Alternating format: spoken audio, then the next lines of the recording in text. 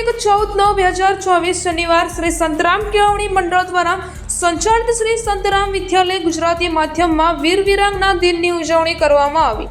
શહીદ સ્મૃતિ ચેતના કેન્દ્રના ઉપક્રમે વીર બલિદાનની ગૌરવ ગાથા કાર્યક્રમનું આયોજન કરવામાં આવ્યું, જેના મુખ્ય વક્તા શ્રી ધર્મેન્દ્ર પાઠક હતા। તેમણે ભારતની આઝાદી પાછળ જે શહીદોએ અમર બલિદાન આપ્યું છે તેમની ગાથા સરસ રીતે સમજાવી તથા આજની યુવા પેઢીમાં દેશપ્રેમ અને રાષ્ટ્ર પ્રત્યે લાગણી જાગે તેના વિશે ખૂબ સુંદર માહિતી આપી હતી।